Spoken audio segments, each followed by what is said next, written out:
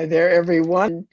We have a guest today that I think you're going to find awesome, Jeffrey Van Dyk. So Jeffrey, welcome. Let me give you kind of a reasonable introduction. Jeffrey Van Dyk is the founder of The Courageous Messenger. For 20 plus years, he's worked with worldwide thought leaders, helping them to answer their bigger calling and bring their message to life. Thought leaders, and I'm going to let you, Jeffrey, in a minute define thought leaders. That makes sense to me, but that may not make sense to other people. Jeffrey was a two-time president of the International Coach Federation, of the Coach Federation chapter in San Francisco. He has helped political and business leaders heal the wounds of their countries. He designed speaker training systems at Microsoft for world-changing leaders like Peter Jennings, the journalist Peter Jennings, television journalist, Bill Gates, Jacques Chirac, the leader of France, and Ariel Sharon, the once leader of Israel. So, okay, and don't let that intimidate you. Jeffrey's just a regular person, just like all the rest of us. Okay, so good. So Jeffrey, I'm glad you're here. How fun to have you here. Thank you so much. Thanks for inviting me. I'm glad to be here. My pleasure. I'm going to just kind of toss some questions at you, Jeffrey, and we're going to begin a conversation and move forward. I think my first question, Jeffrey, to toss at you is, when did you first realize you were intuitive or you had intuitive capability? When did that begin for you? I have two stories. So the first one is I think when the big bam, and the second one is the thing that snuck up on me. So hi everybody, by the way, glad to be here. In my 20s, so I was 23, and I lived with three different women in this big house in Minneapolis. And, one was in grad school and whatnot. I just graduated. And the woman in grad school comes home from U of M one day, and she hands me this book, Sex, Death, Enlightenment, a memoir by Mark Matusik. And she says, hey, this was half price in the university bookstore. I thought of you here. She's never given me a book before or since. We didn't talk about books, just here. And it's a memoir by this guy, Mark Matusik, who was head editor of Interview magazine when Warhol ran it back in the 80s. And it's his memoir about reaching the end of his rope with the whole New York Warhol scene. He interviewed this guy from India. They fell in love. He went and studied in ashrams in India, ended up living in Mother Mira's ashram in Germany.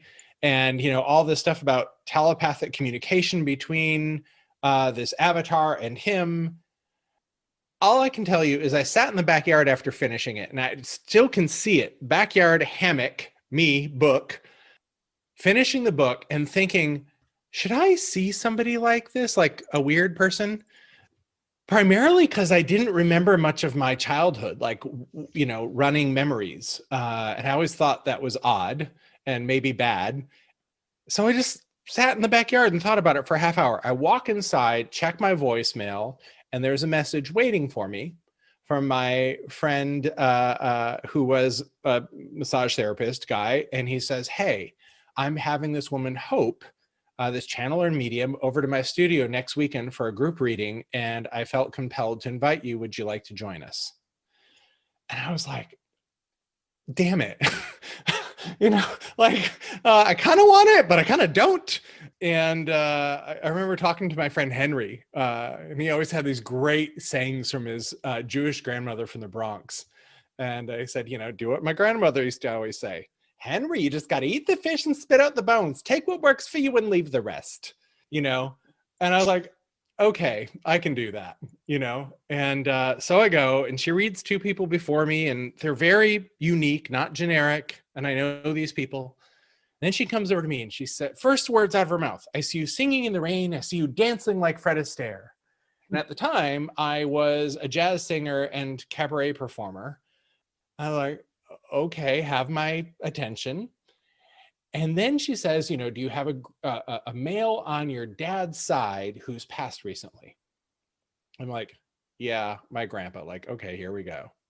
Mm. So, well, he's here and he wants to talk to you. And my grandfather spoke Dutch, and his sentence structure was odd because of it, right? So Dutch, like German, you can say like, I will to the store go, put the verb at the end. And she started speaking in his sentence structure. I was like, okay. And he just told me like, I love you. I'm here for you. Anything you want, call on me.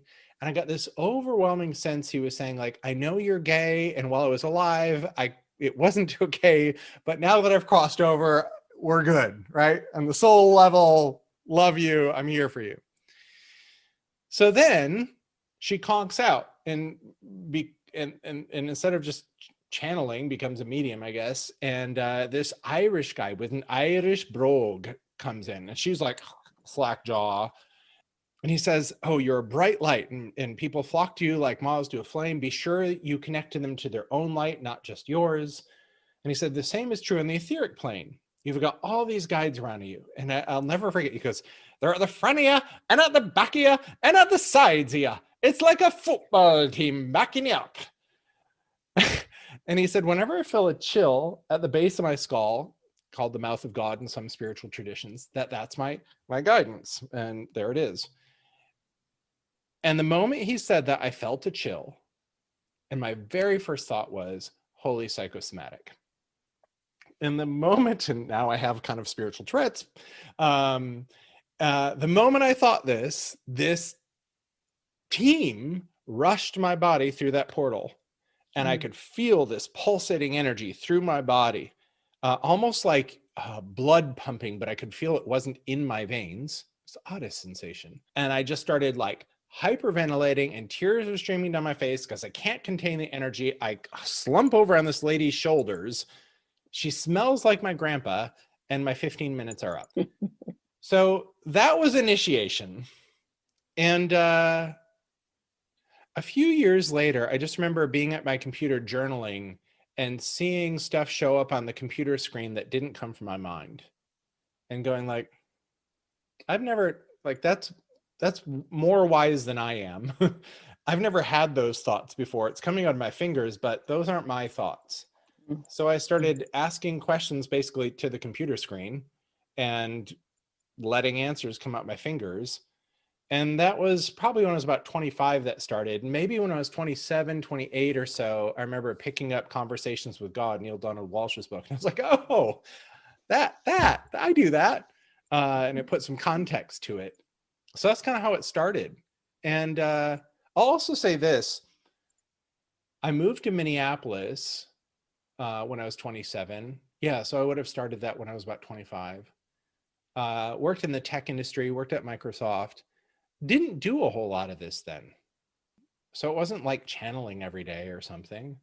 And then when I stepped into the coaching world, and when I was 33, and it was once I started coaching that it really started to kind of come back, I just remember the first time coaching somebody, and she was really stuck and I didn't know where to go with her. And I just kept seeing this red dress in my mind.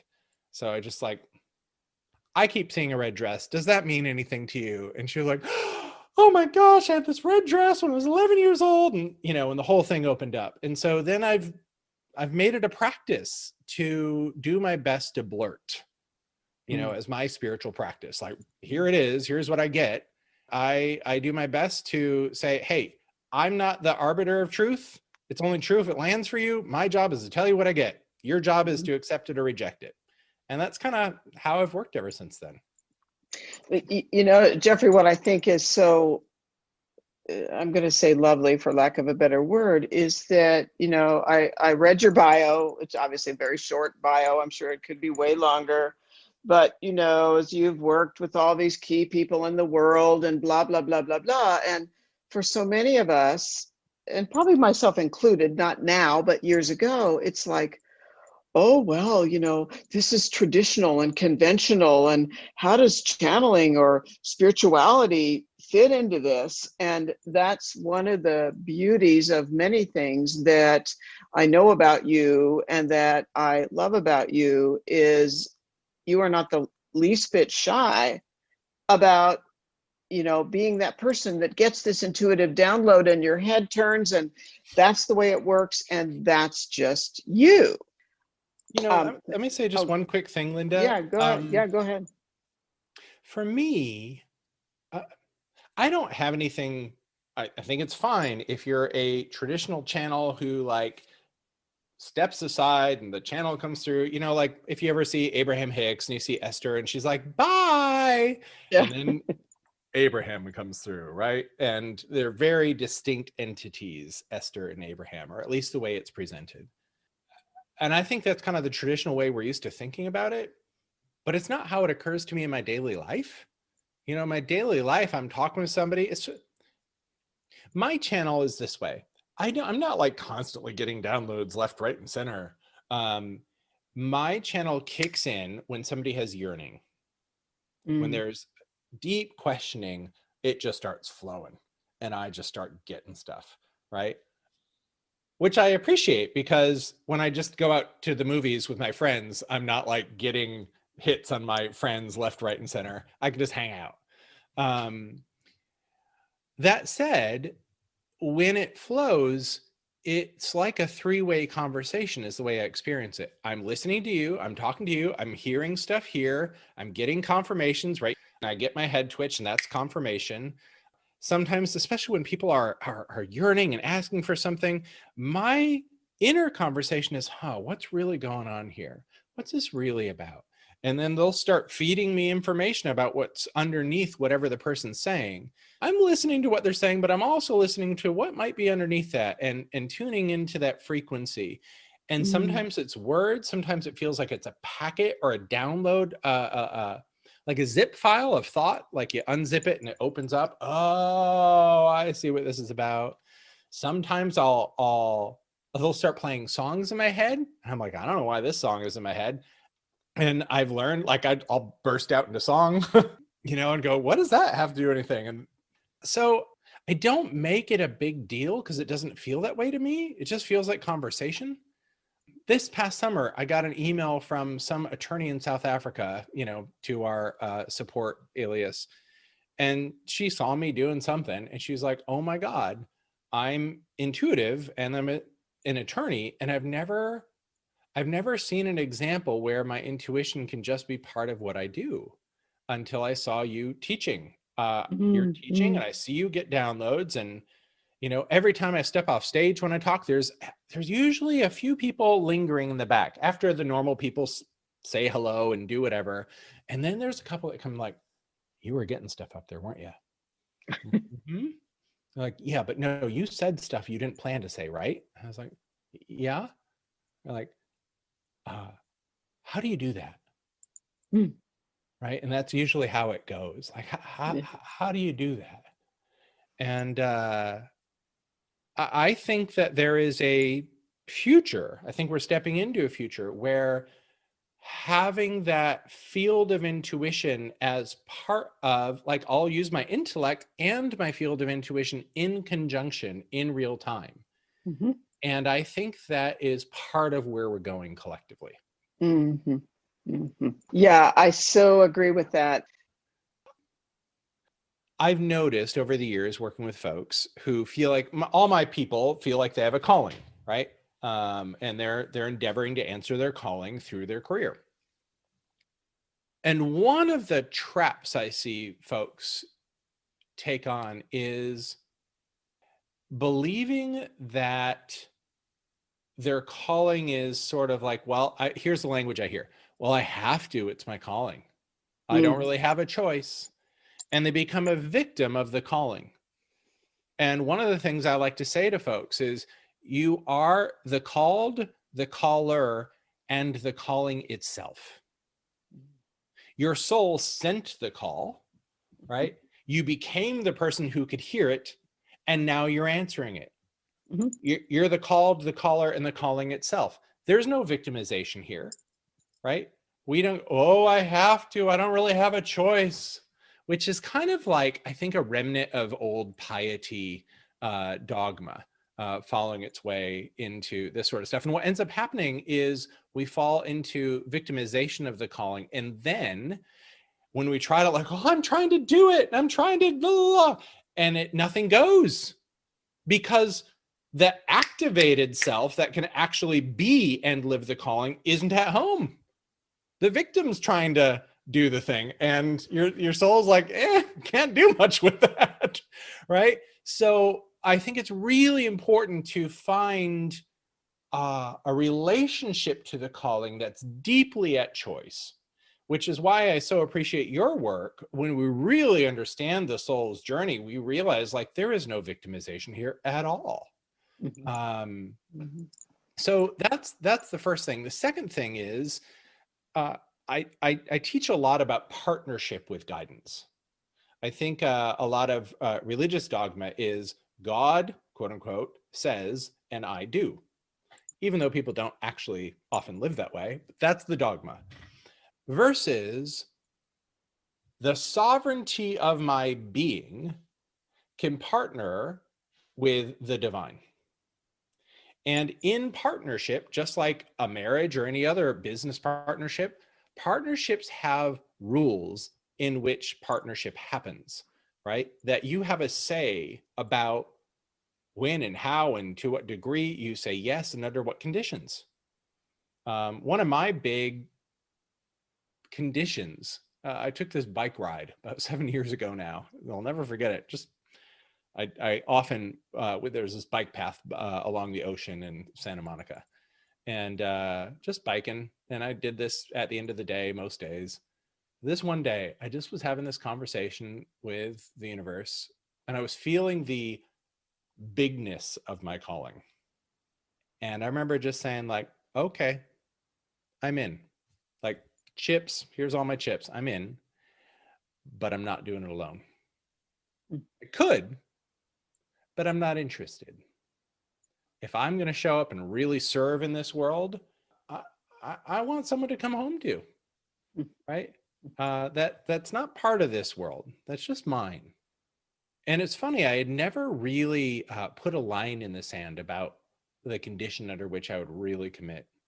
But once I did, I knew at the same time I wasn't the guy who could call that kind of mate into my world, that I needed to become that person. And here I am in a house we bought 2 years ago together. So it's that kind of thing. And I put in the work, right? I did all sorts of crap. I did tantra, I did this, I did that. But when you get into partnership, then you recognize I'm not alone in this thing. There are larger forces at work in ways that I will never understand with this mind. And the more I lean into being in that relationship, being in that conversation, being in that very active, alive relationship between me and my guidance and what I'm called to do, and the more I do it and live in faith, the more things move. And I recognize like any sense of being daunted by it is usually the projection of my current sense of identity into a future imagined reality. The guy I am today, the guy I was a decade ago couldn't do this work today in this way. And the guy I am today can't do what I will be doing a decade from now. I'll become that person. And so long as I'm in relationship with my guidance and just following this, what I'm getting and doing my best, it's not daunting if I'm actually present, if I'm actually here doing the work now. So a lot of the like, oh, it's so big. I just want to encourage, if you ever get into that place, to recognize like, oh, my ego is fantasizing about something. That where I am today, there is something I can do. There is a next step in this moment, always. Even if I don't know what the next step is, sometimes the step is to listen. Sometimes the step is to reach out to a friend. So, when I think about like, oh, it takes all of us, It does take all of us, but it takes us where we are today, not some fantasy about who we think we need to be in order to do it down the road some way when I get ready, that then I'll be doing my calling. We're doing it right now, right? And it takes this person right now. And who you are in this moment, prepared as you are in this moment, is sufficient for right now. And then guess what? With the next challenge, you'll do your best to rise and meet it, and you'll become the person for that next step. And I've been privileged in some of the work I've been able to do in my life and some of the people I've been able to serve. And I got to tell you, I routinely don't feel prepared. I work in Colombia. So I was invited to come to Colombia and teach some different things. And one of the things was, hey, we want you to do a day with some business and political leaders to download what the core wound of the country is. Right? I still remember it's on a Zoom with this committee. And I remember them telling me this with straight faces. And in my mind, I'm thinking, how the hell do you find the core wound of a country? It's part of my work with individuals, but I've never done it with a country. And my guidance in the moment says, just say yes. Okay, that sounds great. And then things transpired and I had some ideas, and guess what? We found the core wounds of the country that day. And the key guy that brokered the peace deal with the FARC after 50 years of guerrilla warfare was there. And it was about people fundamentally not feeling heard. And he was like, one of the key things we did to break the 50-year battle was we had mothers and grandmothers of people in the FARC, the guerrillas, write letters to their sons and daughters and to their grandkids that they'd never met who were born in the jungles.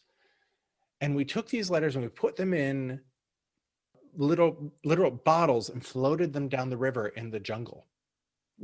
And they read them. And that was one of the key pieces that had them start conversations with us, which led to a peace deal. And now they're doing the next phase, which is having the guerrillas write letters back. And he's like, it's fundamentally about feeling heard. So what I'm trying to say is, I didn't come into that situation feeling prepared or ready or knowing how the hell to do it. But in my listening, I heard, yep, that's the right direction. You can say yes to that. And then I just kept listening. All right, how am I supposed to do this one, gang? Please, some instruction here. So a lot of that listening and following and being in that dance versus sometimes I talk about the difference between part-time lovers and full-time partners with your guidance. Part-time lovers is this: I'm going to plug in to the universal grid and I'm going to download my purpose, right? And we get the big aha. Oh, I'm here to do this. Amazing. And we get all inspired. And then Tuesday at 3:00 rolls around and we go, oh crap, I got to write an email. I got to do this thing. I got to do marketing. I got to do whatever it is. And we completely unplug from the guidance. And we go into an old habit of pull myself up from the bootstraps, me and my shadow, trying to, trudge up the mountaintop and feeling all alone and powerless and helpless sometimes when it's too hard and we feel lost and stuck. And for me, and look, I get there sometimes, but when I do, hopefully I'll recognize it. Sometimes I need a friend or a mentor to lovingly throw some water in my face to go, oh, I'm doing the Lone Ranger thing. That's not how this thing works. So there's that. So here's my guidance, Jeffrey, as to the next step, because it leads me to a segue, Jeffrey. And, in certain ways, I'm just like you. It's like, whoop, okay, this comes in and my brain says, well, that's an illogical next step. And the other part of me says, no, just go there. Yep. So let me just share with all of you briefly where Jeffrey and I met, and this will take us to where I'm going. So I don't know, it's 3 years ago, whatever, certainly pre-COVID when traveling was easy. I was invited to give a talk to a group, to an association of what are called thought leaders. So leaders in their own endeavors and fields, and called thought leaders. And so I give this presentation. I was thrilled to be invited, and I don't remember all the details of what I talked about. But one of the things I know I talked about the difference between earth-based souls, interplanetary souls, and angelic realm souls. And I did an exercise, and I don't even recall all that I did, but when I finished, there was, and I'd not yet met you, Jeffrey, I think, and you were sitting, I can clearly see it, you were sitting to the left of where I had given the presentation, and you felt a huge amount of emotion. That's an understatement. And I'm assuming you remember that. And I think that it would be helpful to know what happened, what was triggered, and this will help you all know even more about Jeffrey. And though all three types of souls have huge gifts and skills, but I think it probably is pertinent at this point. In fact, I forget the word probably. I know it's pertinent. Jeffrey, if you're willing to share what happened. Okay. Yeah. So Linda comes, and so this group, we're an association, and we meet twice a year for 3-day events, and everybody that's there are leaders in their own right and have audiences and have written books and blah blah blah. So it's a time for us to get care and feeding, right? And so we bring people like Linda in, and okay, she's an expert in past lives. Now, I don't know, I've never known really what to think about past lives. It's like, I don't have a problem if people are into past lives. I've always kind of figured I'll deal with the life I have here. But all right, I'm open-minded. And then she takes us on this journey. Okay, we're going to do a past life journey. And one of the coaches on my staff is incredibly gifted in hypnosis. So, and so we walk, there's 10 stairs, and you're going to walk down the 10 stairs, and then there's this hallway, and there's going to be a door, and you're going to open it, and you're going to go into a past life. So I walk down the stairs, and okay, I know this is part of the hypnosis piece, and my rational mind's processing it. And I open a door, and there is this light, just this round beam of light. I'm like, and that's it. And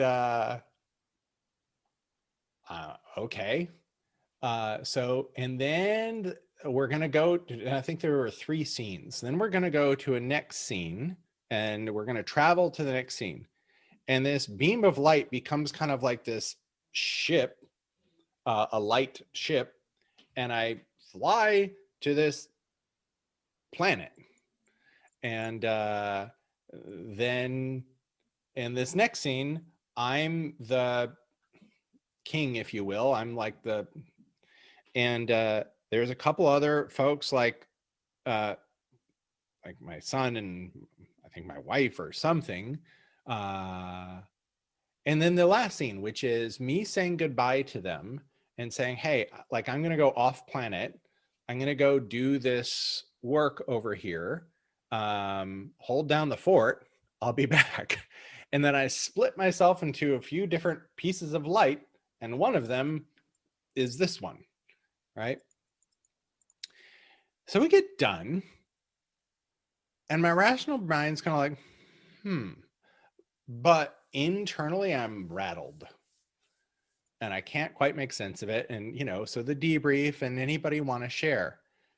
And I'm not Mr. like, I don't share at every opportunity, but I'm like, something's up. So I raise my hand and begin to share, and I lose it. Like snot down the face. I start bawling. I start heaving and I'm having this complete catharsis that I can't make any rational sense of.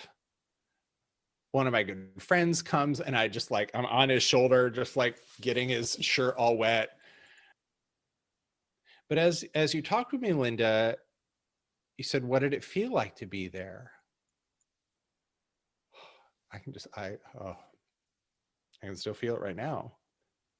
And I just said, it feels like home.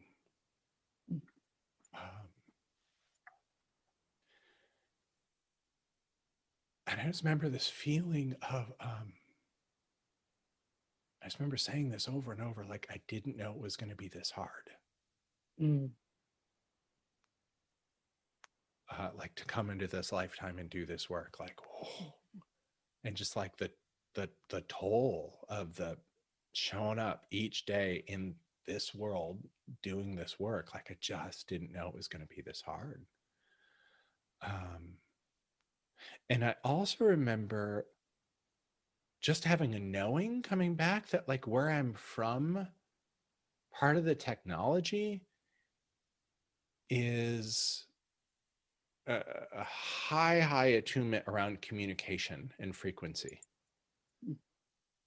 And in this lifetime, like what I do with other people is help them, like the business side of it is to really help them craft their message and their positioning and their thought leadership. And for years, as I've done my work, people have said things like, oh my God, that's what I do. Oh, you just put words to it. Like, wait, say it again.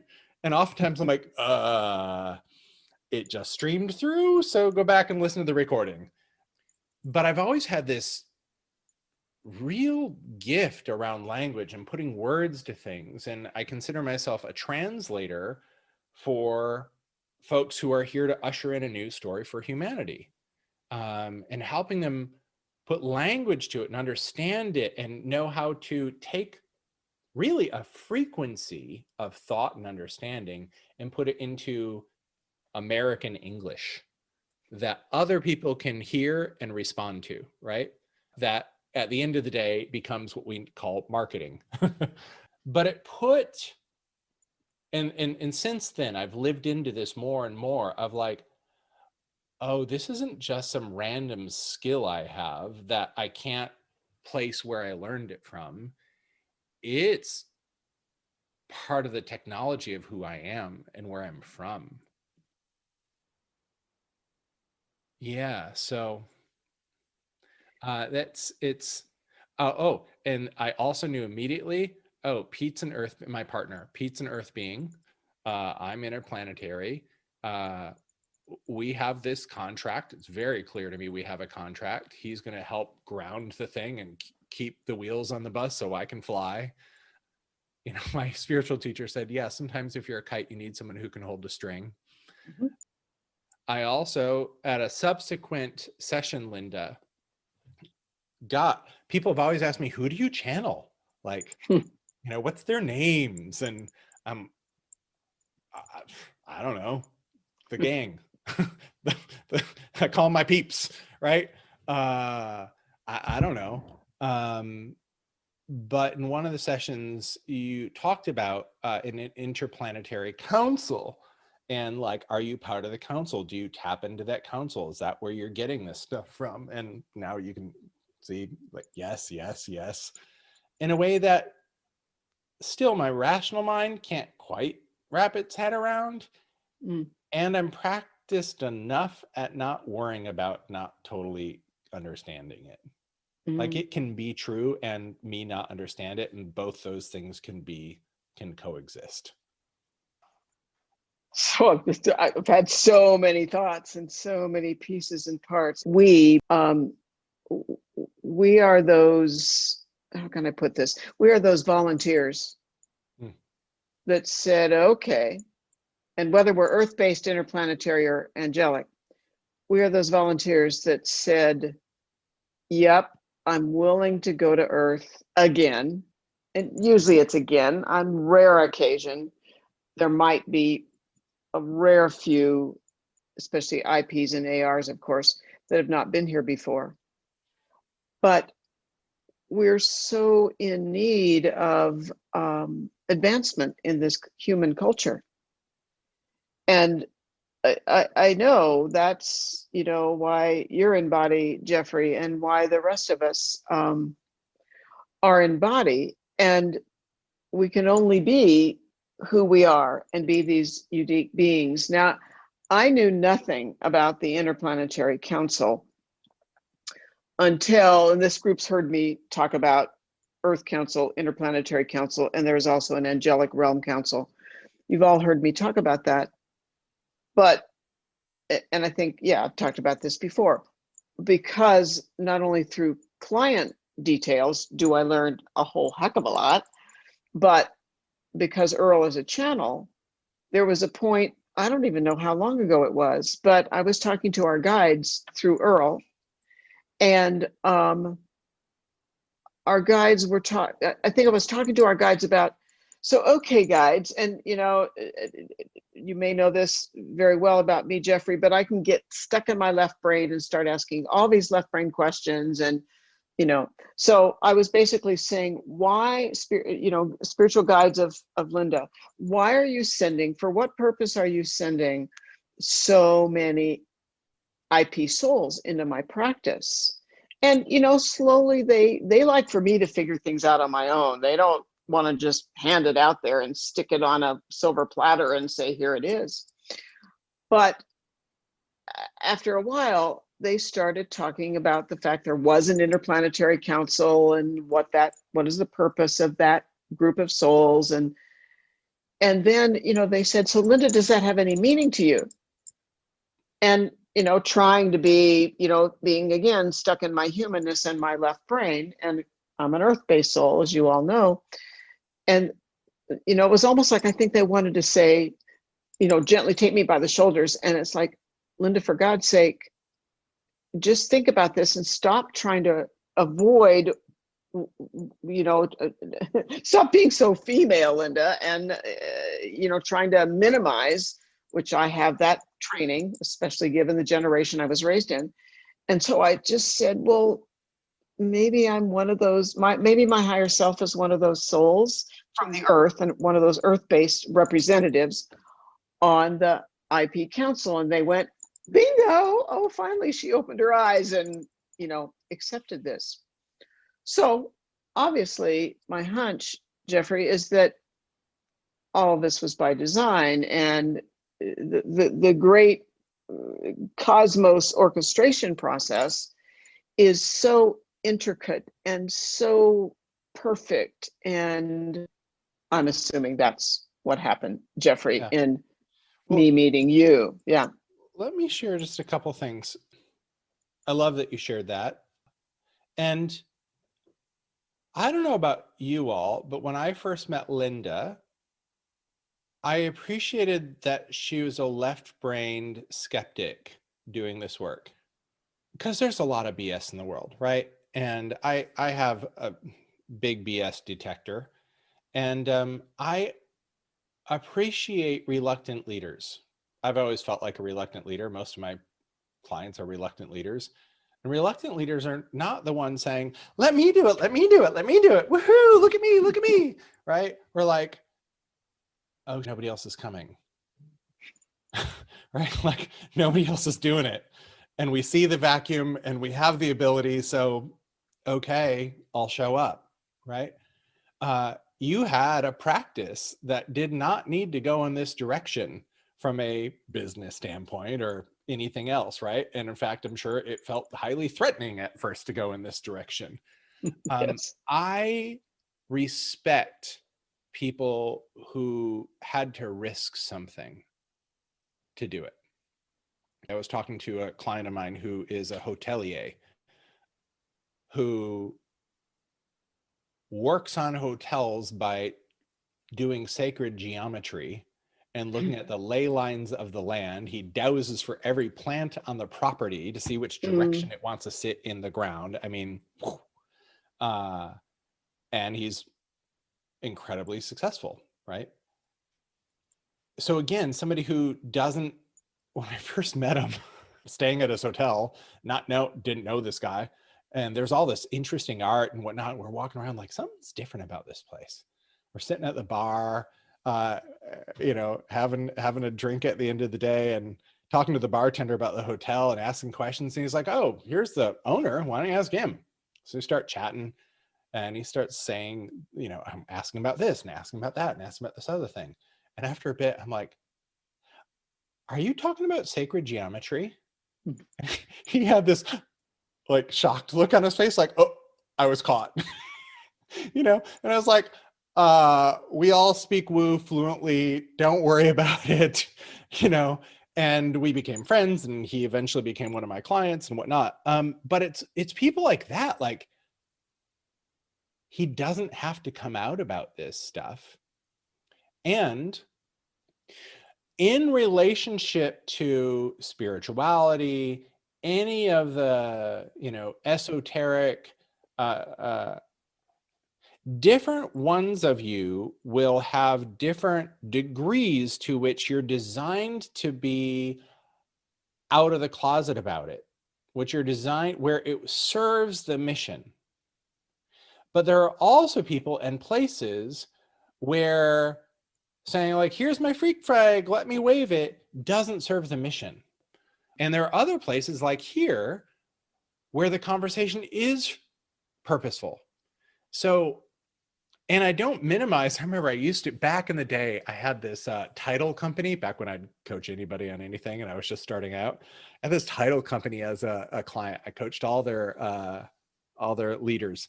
And this one gal, every time I'd get stuff and my head would twitch and she'd be like, "I have this acupuncturist you have to see."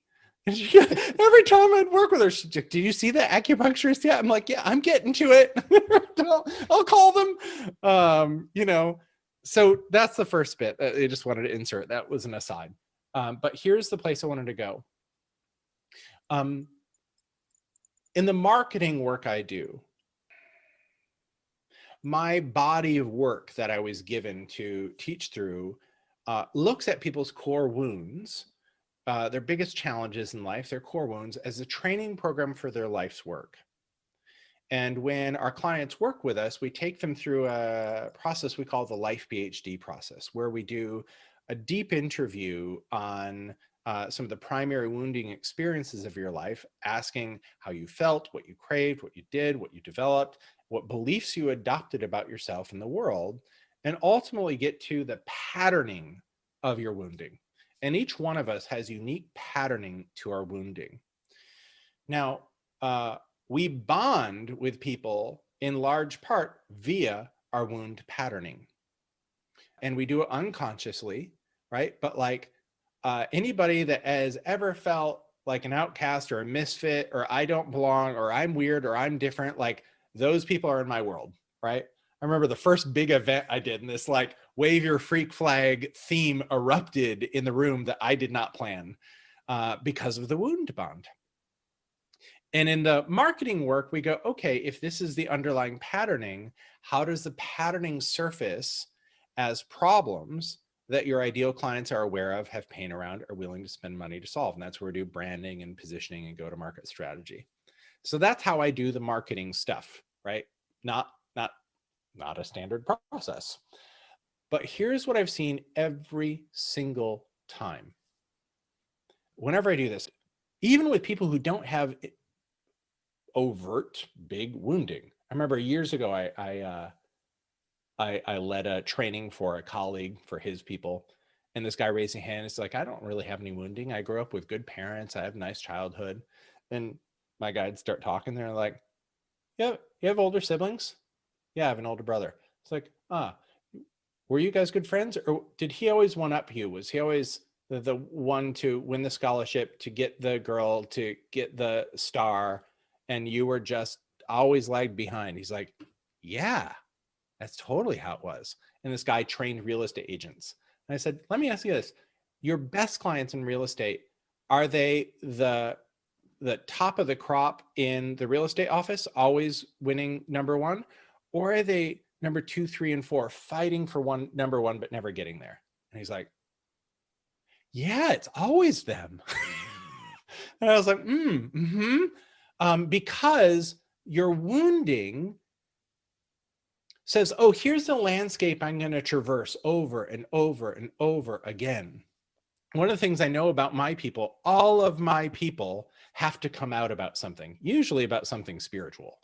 One of the reasons I was told I'm gay in this lifetime is because I had to have a life PhD in coming out, in being different. And I grew up in a super conservative, super religious, evangelical house in the Midwest, right? Like the whole thing where I had to really fight to lay claim to my truth. And there's an elegance and beauty to it. I think a lot of you're wounding like a slingshot, right? How do slingshots work? You pull the rock back and it goes forward, but however you pull it back dictates the trajectory in which it will fly forward. Back and to the left, it'll go to the right. Back and down, it'll go up and down, right? So however the wounding happens, it sends you on this path in life where you do certain things and don't do others. Learn this, don't learn that. Have these experiences, but not those. In such a way that no one has lived a life exactly like yours. Not a single person ever in the history of humanity, ever. Even if you have a twin, right? Nobody has lived your life the way you've lived it. Therefore, no one has the exact makeup of skills, experiences, understanding that your life has given you. Now, if you're like me, when you started personal development work, if you're like me, you started it trying to fix yourself, right? Like, oh, let me get in there and scrub the bad parts out so that I'll finally be like fixed and ready for the world. I used to kind of think like, someday I'll be like fully baked and then I can show up and serve, right? But as my guidance has given me this entire body of work to teach from, the more I see the absolute perfection and beauty in everything that you are and that you've gone through in service to your life's work. Every time I do this work, and a lot of my clients, they're practitioners who've been at their craft for, some of them, decades. So they know themselves well. And every single time when we get to we create this wound identity statement. So every one of us around our wounding has an identity we develop around our wound, like I'm an unlovable nothing. Last time I did this on myself or had it done on me, it was I'm a unlovable, unwanted outcast, right? And every time we create this statement with our clients, they go, I've spent my entire life trying not to be that, right? And when they see it, we finally see the game. Because the fantasy of the ego is we can do something out there in the world to work our way out of the belief we hold about ourselves internally. That's the fantasy. So, when I look at Donald Trump, I swear he has a loser wound as the patterning, because he's hell-bent on being a winner. He always talks about being a winner and winners and losers, and he breaks the world up into winners and losers. And of course, with law of attraction, the more we say internally, I'm a loser, the more we still draw that to ourselves. But when we start to see it for what it is, which is the fantasy, and start to opt out of playing the game, and instead start to see, oh, this trained me in knowing a group of people more deeply than anybody else in the world. I know the ins and outs of how they think when a shared wound shows up for them. And while I have a difficult time working on it myself, because we can't see the label of the jar while we're in it, when I see it in other people, man, I have a PhD. I have deep understanding and skill. And when we start to see that, we see the perfection of our wounding in service to our soul's journey. And people ask me like, well, how do you know when your wound is healed? And my answer is, when you would choose the wound again, when you see the perfection of it so profoundly, that you go, I'd choose it again, because I needed to live that life and have those experiences to become this person to do this work, right? I know I need to know the risk of ostracization, of the risk of losing family, losing friends, losing respect, losing status. When I realized I was gay, I didn't tell a soul for 9 years, not a single person. Just fought with God every day, trying to fix it. When I finally came out, I didn't tell my dad. I told even my mom and had her keep it a secret, because I saw my friends get kicked out of college because their parents stopped paying. And while I didn't think my dad would do that, I wasn't sure, and all my clients these days have to take the risk. So when you asked me earlier, like, what's thought leadership? To me, thought leadership is leading with thoughts and ideas and language and story that pushes humanity forward, that has people go, oh my gosh, I've never thought about it that way. My guidance tells me that my mission and the mission of all my clients is to activate humanity's new story. That the old story isn't working, that we're here, all these souls that came, all right, I'll volunteer. In the beginning is the Word, and the Word was made flesh. We create reality with the words we share, with the stories we tell. And we're wanting a new collective story. So there's somebody in my podcast who wrote a book called My Sexual Awakening at 70. That's a new story for sexuality for women in their 70s, right? I have another person who is the first openly gay Navy SEAL, right? A new story about masculinity and homosexuality and service. And all around the world, there are those of us who see a new path because of our outsider status, because of it. When you think of it this way, if everybody's mucking around in here and you're on the outside looking in, you have a perspective on whatever field you work in, whatever group of people you work in, you have a perspective on it that other people don't see because you're an outsider. So I would say that the holy role of the outcast is to be the wayshower, right? That's our role. Now we have to move through the identity of outcast and nobody wants me and the risk and whatnot, and step into the courage of, all right, I'll be a leader and I'll start sharing what I see in the way that I see it. But I look at you, Linda, and I just go, what a perfect package for this work, right? Somebody who wasn't raised around this, who doesn't, maybe you do now, I don't know, but like, you don't strike me as somebody who has crystals in every corner of your house.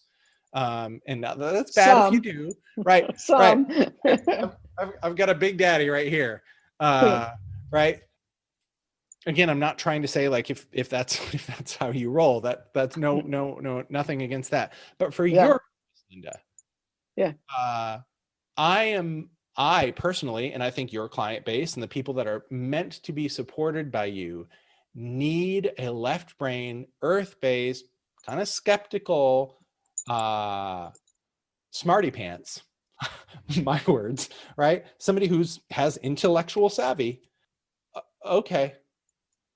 I like that she had to risk. I like that she doesn't, or at least one point was like, really, me, this? Because your people probably have to go through something similar, right? Really, me, this? And there's just such beauty to it. And the thing I want most for everybody here, and frankly, anybody that I come into contact with, is to start seeing the earth journey, meaning the wounds, as this happened to me, this happened for me, not to me, right? To make that shift. Oh, this is my giftedness. There's so much in here. Yes, there's pain, and yes, there's healing that has to happen to move through that pain. But the more I do, the more I can start laying claim to the gifts of the journey and serve from the gifts, not from the pain. And that's really what we're being called to do right now, right? As those of us who said, all right, I'll show up, I'll volunteer. Back to what I was saying earlier, when I went through that experience with you the first time, and I just had this catharsis where I'm like, I didn't know it was going to be this hard. This sucker ain't easy, right? I don't think any of us are like, oh, Earth, great, woohoo. Not easy. But if we at a soul level said, yeah, I want in, then I think this movement of appreciation of the journey, of even saying, my soul wanted this wounding. It wanted this imprint to go on that journey, to have this learning, to do this service, and to start to lay claim to that. So rather than being a victim of our life, we can start serving from the life we've lived. Well, I'm going to just jump in and share a quick story. But Jeffrey, when you're talking about wounding, what comes to mind for me is my mother. And, early on, this was the typical story of, oh, my mother drives me crazy. And, oh, she does this and she does that. And, oh, I just can't stand to be around her. And that was me for years and years. And I feared that when my dad died, my parents were married for a very long time, and my dad died first. And so I knew that I was committed to make sure mom was cared for. But I would say to Earl over and over, it's like, oh my God, how am I going to manage if I have to move my mother close to me? And it's just going to be, it's going to just drive me up the wall. So dad dies, and a few years later, my mother's not doing very well, living by herself, living in a different state than where we were living. And I'm just very clear that mom's ending up in the ER, 3 or 4 times a month with an anxiety attack that she thinks is a medical problem. So anyway, long story short, Earl and I go down. My mother lived in Arizona. We go to Arizona, and there's this download coming for me. And I say to my mother, Mom, I want to take care of you. But we need to move you closer to us. And she keeps saying, no, we don't get along. And why would you even want to take care of me? And I realize in my heart of hearts, I want to be sure that mom is cared for until the end of her life. Mm-hmm. Finally, she gives in. Finally, she, I think, maybe got the notion that I was authentic with my feelings. And we moved her to a wonderful facility of all levels of care that was about 35 minutes from our house. And mom lived another 7 years. And at times was I still frustrated with her? But we found a love for each other. And I know I hired her. I know that wound was all meant to be. Yeah. Over those 7 years, we learned to say, I love you to each other. We truly meant it. Mom died in my arms as I desired for her to do. But it's like, it's that weird place, Jeffrey, where that wounding doesn't overtake I just call it download. Yeah. Where, no, this is what I have to do. And if you'd asked me when we moved mom, to Colorado, if you'd asked me what I thought the outcome would be, I would have just said, I was raised in a Jewish family. I would have said, I don't know what the outcome will be. I have no clue. Yeah. And yet the outcome was we healed our relationship, and I knew she loved me and she knew I loved her, and it was beautiful. But that's the example that came to my mind as you were sharing about wounding. Yeah. And Linda, even to take it another step further, my guess is, and maybe you can see it, some of this now, or maybe it's a thing for reflection, but my guess is, can you see how the imprint from that relationship has served your calling? Sure. For sure. What's one way you see it? Well, it's funny. I'm working on some stuff for myself. I won't go into all the details, but it relates to the word I'll put to it is open-heartedness. Yes. And Whew. though, yes. And so I learned to be open-hearted with my mom. And so she's been gone for a while, but it's, for me at least, open-heartedness is the notion that comes to me when you ask that question. And here's what I get as you say that. You can be very mental, right? Left brain, mental.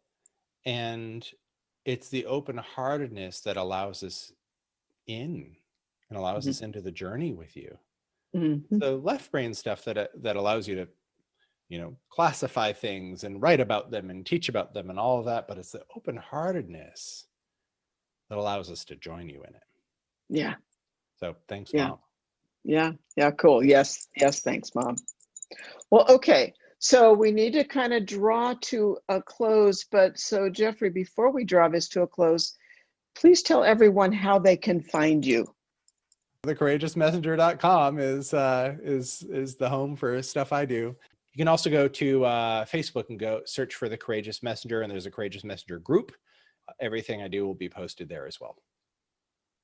Excellent. Excellent. And so everybody, please take advantage of what Jeffrey brings to the world. And Jeffrey, this has just been an awesome pleasure. Thank you so much for sharing yourself, sharing your time. Thank you for being here. Delighted to be here. Delighted to be in your world. Blessings on your journey. Mwah! That is it. I will take off. Thanks so much, everybody. Bye-bye. Thank you, Jeffrey. Bye-bye.